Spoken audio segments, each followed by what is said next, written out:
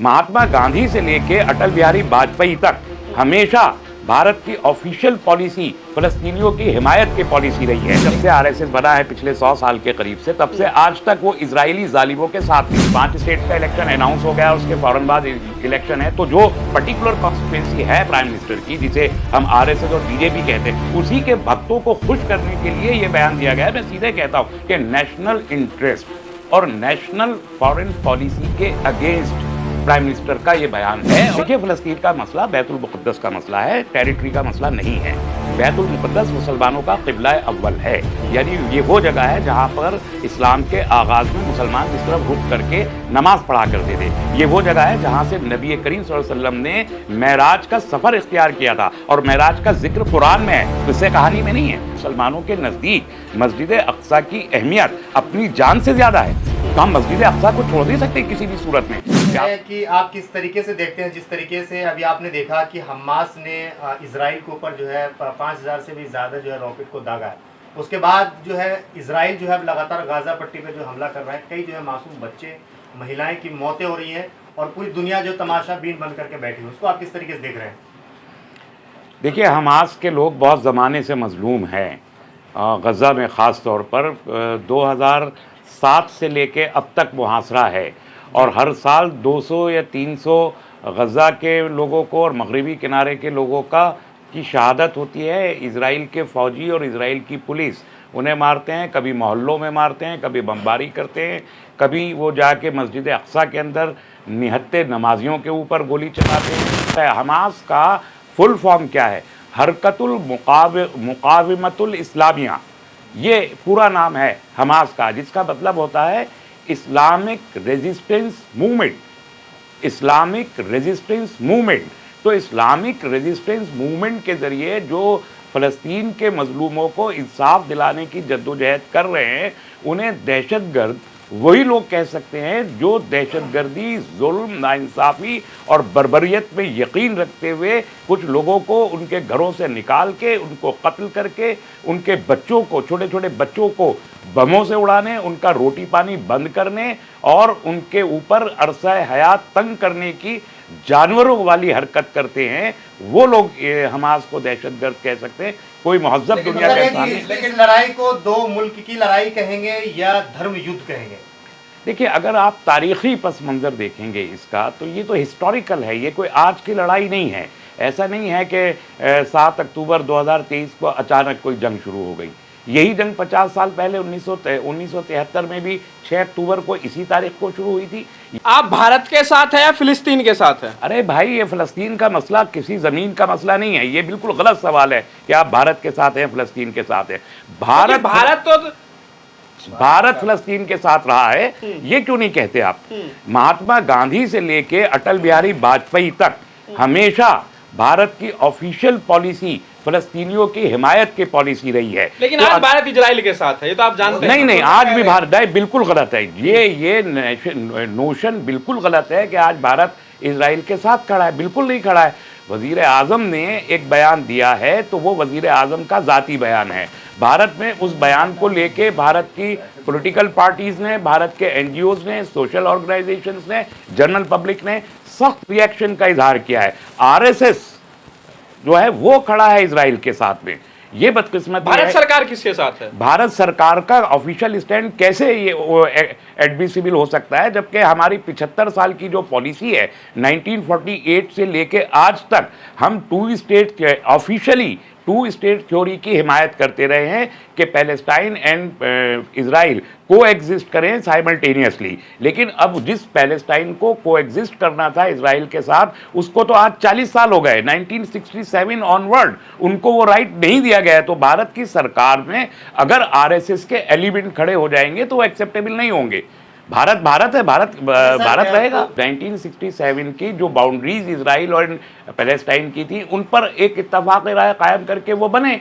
तो इस वक्त की पहली ज़रूरत यह है कि जंग का एस्केलेशन ना हो। अगर दूसरे ममालिक इस जंग में कूद गए तो एक बहुत बड़ा मसला क्रिएट होगा। कई बार जो है इजराइल के साथ मुआहदा हुआ था, लेकिन देखा गया कि कभी भी जो है इजराइल अपने उस जो एग्रीमेंट हुआ उस पर नहीं रुका है। उसको आप किस तरीके से देखिए, ये यूरोपियन यूनियन और यूएस एंड यूके, ये ममालिक के जो है इजराइल की हिमायत हमेशा करते रहे। यूनाइटेड नेशंस ने कभी भी नहीं की है। ये एक बड़ा फ़र्क है। 77 रेजोल्यूशंस यूनाइटेड नेशंस के हैं जिसमें उन्होंने इजराइल को वॉर क्राइम्स का जिम्मेदार करार दिया है। 77 यूएन रेजोल्यूशंस हैं, किसी बाहर के किसी एक सिंगल गवर्नमेंट का नहीं है, मुतफ़क़ा स्टेटमेंट है 77। इसके बाद भी उसमें अमल दरामद नहीं हो पाया कि इजराइल को उसकी कोई सज़ा दी जाती, सिर्फ इसलिए कि यूरोपियन यूनियन, यूके, यूएस उसकी हिमायत में खड़े हो जाते हैं। अगर इन पर अमल करके इजराइल को जंगी जराइम से रोक दिया गया होता तो फ़लस्तीन और इजराइल का मसला हल हो चुका होता अभी तक। सर, जब भी युद्ध हुआ है हमेशा फ़िलिस्तीन की हार हुई है और अब 12% ही बचा है सिर्फ फ़िलिस्तीन। क्या लगता है इस बार? यही बदकिस्मती है कि 12% फ़लस्तीन क्यों बचा है। फ़लस्तीन को 100% रहना चाहिए। इजराइल का तो कोई वजूद ही नहीं है। हज़ारों साल की तारीख में इजराइल नाम का कोई मुल्क, कोई खित्ता इस दुनिया के नक्शे पे नहीं आया। हज़ारों साल की तारीख में आप तमाम नक्शे उठा के देख लीजिए, इजराइल नहीं है, फ़लस्तीन है। तो आज फ़लस्तीन के 78% लोग अगर फ़लस्तीन के बाहर रह रहे हैं, वो अरब, कोई मिस्र में है, कोई जॉर्डन में है, कोई तुर्की में है, कोई लेबनान में है, कोई सऊदी अरब में है, कोई भारत में है, इस तरीके से कैंपों में और टेंटों में रह रहे हैं, तो इनका क्या हक नहीं है फ़लस्तीन के ऊपर? इस हक को कैसे इनकार किया जा सकता है? जो हज़ारों साल से वहाँ रहने वाले लोग हैं उनको निकाल के आपने बाहर खड़ा कर दिया। तो भारत में चलाया जा रहा है, जो आज फ़िलिस्तीन के साथ खड़े हैं वो कल पाकिस्तान के साथ खड़े होंगे। अरे भाई देखिए, ये जो लोग यहाँ चला रहे हैं भारत में, ये तो वो अंधभक्त हैं जो आईटी सेल के जरिए गवर्न होते हैं, पैसे लेते हैं, वो लोग चलाते रहते हैं। उसको ओपिनियन समझना ही एक गलत बात है। ये फर्क है। कुछ लोग भारत से जा रहे हैं लड़ने के लिए इजराइल की तरफ से। कौन लोग हैं जो जा रहे हैं? मुझे इल्म नहीं है कौन लोग हैं। नहीं, ये हैं। किसी के जाने का मौका नहीं है कि कोई जाए। ये अजीब बेवकूफ़ी की बात है। सर, क्या आपको लग रहा है जो लोग इजराइल का समर्थन कर रहे हैं, क्या आपको लग रहा है वो आतंकवाद के खिलाफ है या फिर मुसलमानों के खिलाफ देखिए, वो समर्थन कर रहे हैं इजराइल का? पहली चीज़ तो ये नादान हैं, उन लोगों को मालूम नहीं है कि इसका बैकग्राउंड क्या है। उनके बैकग्राउंड समझ लेना चाहिए। यूँ समर्थन करते रहने से ज़बानी जमा खर्च लोग खुश हो रहे हैं कि मुसलमान है, इलाज कर दिया। वो मैंने कहा आरएसएस की देरीना पॉलिसी है। जब से आरएसएस बना है पिछले 100 साल के करीब से, तब से आज तक वो इजरायली जालिमों के साथ है। ये इसमें कोई दो राय नहीं है। और आज जो लोग बोल रहे हैं वो भी उन्हीं जालिमों के साथ है। तो वो मजहबी एंगल से इसको देखते हैं और वो अपनी जो एक मजहबी, एक धार्मिक दुश्मनी मुसलमानों से रखते हैं, उसकी बुनियाद पर है। क्या आपको लग रहा है कंट्री किसको मानेंगे? फिलिस्तीन को मानेंगे, इजराइल को? इजराइल को मानते हैं। इजराइल ने हमेशा वहाँ पर टेररिज्म बपा किया है। इजराइल ने ही तमाम फ़लस्तीनियों को वहाँ से बाहर निकाला। इजराइल ने 1600 साल से 22 लाख लोगों को एक ओपन जेल में बंद रख रखा है। उन पर ग़िज़ा, पानी, हवा, तालीम और अस्पताल की सारी सहूलतें बंद कर रखी हैं। क्या राइट है इजराइल का एक छोटे से मुल्क का कि समुद्री रास्ते से भी बंद कर दे और खुशकी के रास्ते से भी बंद कर दे और 16 साल से लगातार उनको एक ओपन जेल में रखे? क्या राइट है किसी भी मुल्क का किसी दूसरे मुल्क को इस तरीके से कैद में रखने का? मुस्लिम ममालिक कहाँ है? चुप्पी क्यों साधे हुए हैं? नहीं, मुस्लिम ममालिक डर लगता है अमेरिका और इजराइल से? देखिए, अमेरिका और इजराइल से बहुत सारे लोग मुतासिर हैं। अब डरते हैं या नहीं डरते, लेकिन मुतासिर हैं और किसी ना किसी वजह से उनकी हिमायत करते हैं। लेकिन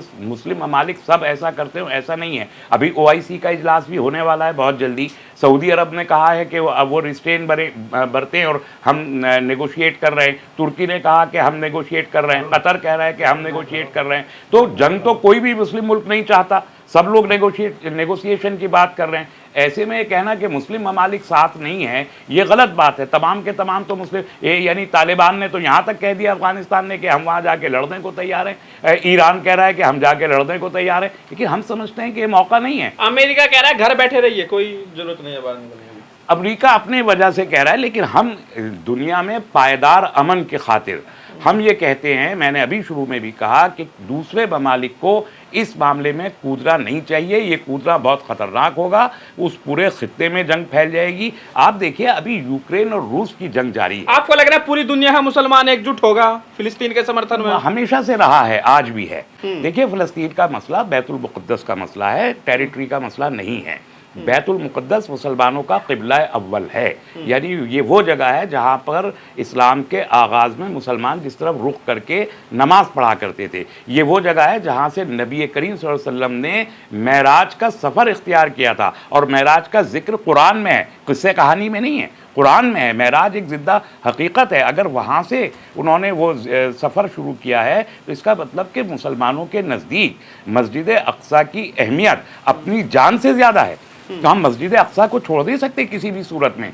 या आप 1450 साल की, अगर इजराइल ने कब्जा कर लिया तो मुसलमान क्या हम करेगा? जद्दोजहद करेगा, सारी दुनिया का मुसलमान उसके लिए जद्दोजहद करेगा कि उसे वापस ले। और हमने कभी भी 1452 साल की इस्लाम की तारीख़ है, इस तारीख़ में सिर्फ 198 साल, टू बी एग्जैक्ट 198 साल से ईसाइयों के कब्ज़े में रहा है, बाकी पूरे अरसे मुसलमानों के कब्ज़े में रहा है मस्जिद अक़सा, और रहेगा, मुझे पूरा यकीन है रहेगा।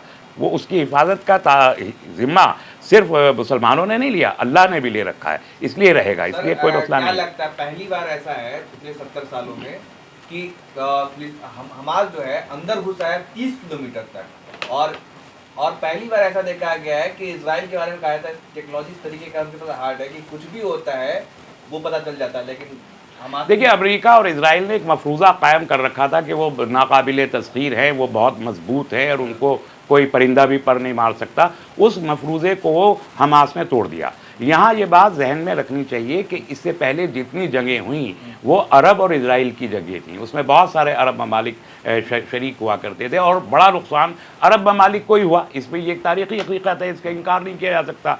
लेकिन ये पहला मौका है कि सिर्फ हमास के लोगों ने, सिर्फ अंदर से गज़ा के लोगों ने एक हमला किया और 30 किलोमीटर तक एडवांस कर गए इजराइल के अंदर, उनकी चौकियाँ, सिविल बॉर्डर्स को ध्वस्त कर दिया, तो मुआसरे को तोड़ दिया, बहुत सारे इजराइलियों को गिरफ्तार कर लिया, इजराइल की हिमायत करने वाले जो और मुल्कों के शहरी थे उनको भी गिरफ्तार कर लिया और अपने आप को एक सिक्योर एंड सेफ जोन में कर लिया। ऐसे में इजराइल की मुट्ठी खुली है और जो इजराइल एंड यूएस की जॉइंट जो इंटेलिजेंस की फोर्सेस थी वो ध्वस्त हुई हैं। उनकी नाकामी पहली बार दुनिया के सामने आई है कि एक मखौटा था, एक खोल था जो उतार दिया है हमास के लोगों ने। क्या आपको लग रहा है? एक सवाल है कि पहले इजराइल ये कहता था कि तुम एक मारोगे तो हम 100 मारेंगे। अभी हमास ने भी कहा, जो हमास के प्रवक्ता है उन्होंने कहा कि तुम एक बिल्डिंग गिराओगे तो हम एक लोगों को गोली मारेंगे, जिसको मैंने देखिए ये जंग है और जंग के तरीके हैं, वायलेंस को किसी सूरत में भी अप्रूव नहीं किया जा सकता। हमास ने तो रिस्ट्रेन हमास को भी बरतना चाहिए और इजराइल को उससे ज़्यादा रिस्ट्रेन बरतने की ज़रूरत है। इजराइल को देखिए, इजराइल के लोग ने कल रात को सफ़ेद बैलून उड़ाए और हमास से कहा कि वो अमन कायम करें। इजराइल के लोग कर रहे हैं, अवाम वहाँ के सफ़ेद झंडे या सफ़ेद गुब्बारे उड़ा के अमन की दरख्वास्त कर रहे हैं। इधर फ़लस्तीन के लोग अमेरिका और दूसरी जगहों पर मुजाहरे करके जंगबंदी की बात कर रहे हैं। तो दोनों तरफ से लोग जंगबंदी की बात कर रहे हैं। ऐसे में ये और बेंजामिन नेतन्याहू के ख़िलाफ़ खुद इजरायली मीडिया इदारे लिख रहा है और उसको जिम्मेदार करार दे रहा है और वो जिम्मेदार है। यूनाइटेड नेशंस के ऑफिसर्स ने कहा है कि इस जंग की जिम्मेदारी बेंजामिन नेतन्याहू के हार्डकोर रेडिकलाइज बयानात और उनके एक्टिविटीज़ की वजह से है जो पिछले 2 साल से कर रहे थे। ऐसे में उनको जिम्मेदारी इजराइल के ऊपर है। हमारे प्रधानमंत्री जैसे ही 7 अक्टूबर को कुछ होता है, हमास हमला करता है तो ट्वीट करते हैं, लेकिन मणिपुर जल रहा है, कुछ भी नहीं कहते उसके बारे में। अब पूरा का पूरा मीडिया जो है हम वो बात से देखिए, मैंने पहले भी कहा कि प्राइम मिनिस्टर का बयान बहुत ही immature and premature, before time, मतलब इसके टाइमिंग्स भी ठीक नहीं थी। 4 घंटे के अंदर एक ऐसे सेंसिटिव इंटरनेशनल इशू पे रिएक्ट करना किसी प्राइम मिनिस्टर को, किसी नॉन अलाइंड कंट्री के प्राइम मिनिस्टर को जेब नहीं देता और उन्होंने गलत किया था। और जहाँ तक मणिपुर का बिल्कुल एक अलग ताल्लुक़ है, उस पर भी बात करनी चाहिए थी। प्राइम मिनिस्टर ने आज तक कुल मिला के सिर्फ 1.5 मिनट बात की है मणिपुर के बारे में, कुल मिला के 1.5 मिनट बात की है। ये जाहिर है कि इलेक्शन करीब हैं, 5 स्टेट्स का इलेक्शन अनाउंस हो गया और उसके फ़ौरन बाद इलेक्शन है। तो जो पर्टिकुलर कॉन्स्टिट्यूंसी है प्राइम मिनिस्टर की, जिसे हम RSS और BJP कहते हैं, उसी के भक्तों को खुश करने के लिए ये बयान दिया गया है। मैं सीधे कहता हूँ कि नेशनल इंटरेस्ट और नेशनल फॉरेन पॉलिसी के अगेंस्ट प्राइम मिनिस्टर का ये बयान है और सर, उन्हें रुजू जो करना देश जो लोग इजराइल का समर्थन कर रहे हैं, क्या आपको लग रहा है कि वो मुसलमानों के प्रति नफरत का नतीजा है, मुसलमानों के प्रति नफरत की राजनीति देखिए, मैं का बार-बार नतीजा है? कह रहा हूं- और क्या आपको लग रहा है मुसलमानों को अलग थलग करने की कोशिश हो रही है, मुसलमानों को आतंकवादी बताने की कोशिश हो रही है, क्या लग रहा है? देखिए, मुसलमान ना तो अलग थलग हैं ना रहेंगे, और ये जो कोशिश है, आप मैं आरएसएस के अंधभक्तों को यहाँ पर ऑथेंटिकेट नहीं करना चाहता। ये सिर्फ उन्हीं लोगों के बयानात हैं, उनके कहने से ना कोई अलग थलग हो रहा है ना कोई जोड़ रहा है। वो नफरत पे मबनी उनकी एज ओल्ड पॉलिसी है, जिसे इस देश के लोगों ने कभी भी क्योंकि एक approve छवि है ना, नहीं किया। मुसलमान मतलब आतंकवादी, दाढ़ी वाला मतलब आतंकवादी। ये छवि कहीं नहीं है, ये सिर्फ कहने वालों की छवि बनाई जा रही है। ये यूरोपियन प्रोपेगेंडा है, यूनाइटेड स्टेट्स का प्रोपेगेंडा है, और इस प्रोपेगेंडे पर दुनिया यकीन नहीं करती। ये सिर्फ टेलीविजन की खबरें हैं, इससे ज़्यादा कुछ नहीं है। चलिए, बहुत बहुत शुक्रिया।